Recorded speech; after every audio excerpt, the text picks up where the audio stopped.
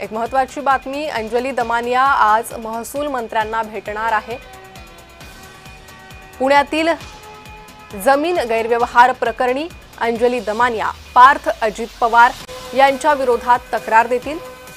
आता या भेटीत अंजली दमानिया नेमकी मागणी काय करतायत ते पाहणं महत्त्वाचं असेल।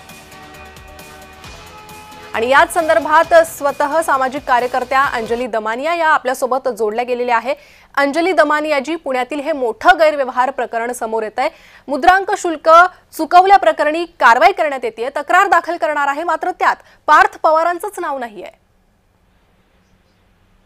मला वाटतं हा नुसतंच मुद्रांक शुल्क हे केलाय असा स्कॅम नाहीये। एक तर ती जमीन त्यांनी कशी घेतली, 1800 कोटीची जमीन त्यांनी 300 कोटीला कशी घेतली, त्यात ती बोटॅनिकल गार्डन्स कडे जर 2038 पर्यंत लीजवर आहे तर ती जमीन कशी घेतली। आता त्या सातबारा जो लावला आहे त्या अग्रीमेंट बरोबर, त्या सातबाऱ्यावर महाराष्ट्र सरकार असं लिहिलेलं आहे आणि दुसऱ्या ओळीत लिहिलंय की हा सातबारा बंद आहे। हे सगळं असताना हा व्यवहार कसा झाला, कोणाच्या दबावामुळे झाला, स्टॅम्प ड्युटी वेवर कसं मिळालं, कारण ही स्टॅम्प ड्युटी काय फक्त 21 कोटी नव्हती, ती 1804 कोटीवर होती। आणि कसं असतं की नुसतं IT पार्क बनवणं, तर IT पार्क बनवलं की लोकांना एम्प्लॉयमेंट होते म्हणून हे सगळं त्यांना सॉफ्ट दिले जातात, पण आत्ताच्या घटकेला IT पार्क बनवणार आहे एवढ्या नुसत्या बोलण्यावर असं कधीही होत नाही।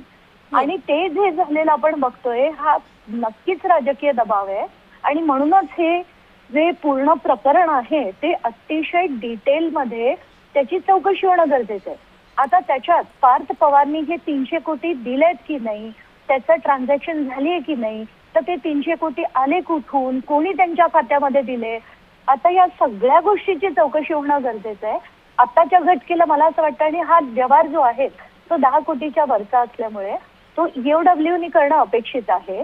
तर EOW आणि ED या दोन्ही ज्या एजन्सीज आहेत त्यांनी हे इन्व्हेस्टिगेट केलं पाहिजे। महसूल विभागाने हे तात्काळ रद्द केलं पाहिजे। या सगळ्या गोष्टीसाठीच मला महसूल मंत्र्यांना आधी महसूल विभागाचं सांगायचं आहे, मग मी EOW आणि ED ना या प्रकरणाची पूर्ण चौकशी करण्याची मी मागणी करणार आहे। आणि जोपर्यंत सोक्षमोक्ष होते, कारण काय होतं माहितीये, प्रत्येक वेळेस जे राजकारणी असले ना, जसं आपण बघितलं काल आता त्याच्यात FIR झालाय, पण तो FIR त्या दिग्विजय पाटीलवर झालाय, तो त्या कंपनीत 1% पार्टनर आहे, 99% पार्टनर असलेल्या पार्थ पवारवर झालेला नाहीये। म्हणून मी म्हटलं की जेवढा मोठा हा स्कॅम आहे तेवढाच मोठा तो FIRचा देखील स्कॅम आहे आणि पार्थ पवारवर खरं तर होणं पहिलं अपेक्षित आहे। कारण पैसा जो आहे, कारण मी त्याचे सगळे बॅलन्स शीट बघितले, फायनान्शियल स्टेटमेंट्स बघितलेत त्या कंपनीचे, सगळा नफा जो आहे। अगदी अंजली दमानियाजी, मात्र तुम्ही हे सगळं बोलत असताना एक प्रश्न उपस्थित होतोय, कारण सुप्रिया सुळे यांनी असं म्हटलेलं आहे की या प्रकरणाशी पार्थ पवार यांचा काही संबंध नाही किंवा त्यांनी काही चूक केलेली नाही, त्यामुळे त्यांच्या या वक्तव्यामागचा गौड बंगाल नेमकं काय? नाही, गौड बंगाल एवढाच आहे की त्यांना त्यांच्या घरच्या लोकांना, आता ठीक आहे भावाचा मुलगा आहे म्हणून आत्या म्हणून त्यांना जर त्यांना पाठीशी घालायचं असेल तर त्यांनी ते खुशाल करावं, पण सुप्रिया सुळे इथे 100% चुकले आहेत आणि त्यांना कुठेतरी याच्यात आता मला असं वाटतं की त्यांना पाठीशी घालायचंय, कारण तो भावाचा म्हणजे भले चुलत भावाचा असो पण भावाचा मुलगा असल्यामुळे आत्या म्हणून ते तसं म्हणत असतील, पण त्यांना ह्याच्यातलं काहीच माहित नाहीये। त्यांचं मी काल जे त्यांनी विधान केलं ना ते सगळी ऐकली आणि मला असं वाटतं त्यांना या प्रकरणातली काहीही माहिती नाहीये।